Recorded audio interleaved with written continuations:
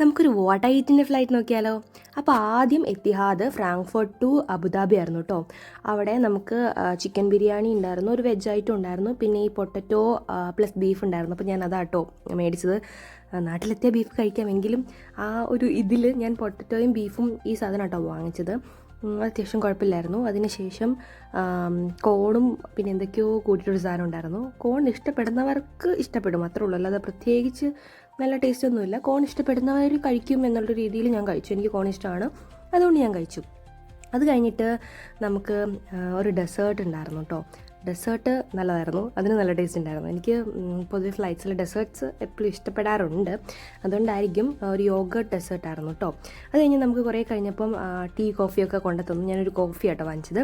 അതിനുശേഷം നമ്മൾ അബുദാബി ഇറങ്ങി നമ്മുടെ അടുത്ത ഫ്ലൈറ്റ് കയറി. അവിടെ നമുക്കുണ്ടായിരുന്നത് ചിക്കൻ റൈസും പിന്നെ ഒരു പൊട്ടറ്റോ കറിയും ഒക്കെ ആയിരുന്നു. പിന്നെ ഒരു ആപ്പിൾ ജ്യൂസാട്ടോ ഞാൻ വാങ്ങിച്ചത്. പിന്നെ ഈ ഒരു സാധനമാണ് എനിക്ക് തീരെ ഇഷ്ടപ്പെട്ടില്ല, ഒരു സാലഡ് പോലത്തെ. ഇതെനിക്ക് ഇഷ്ടപ്പെട്ടു. ഒരു മാംഗോയുടെ ഡെസേർട്ടായിരുന്നു കേട്ടോ. അപ്പോൾ ബൈ.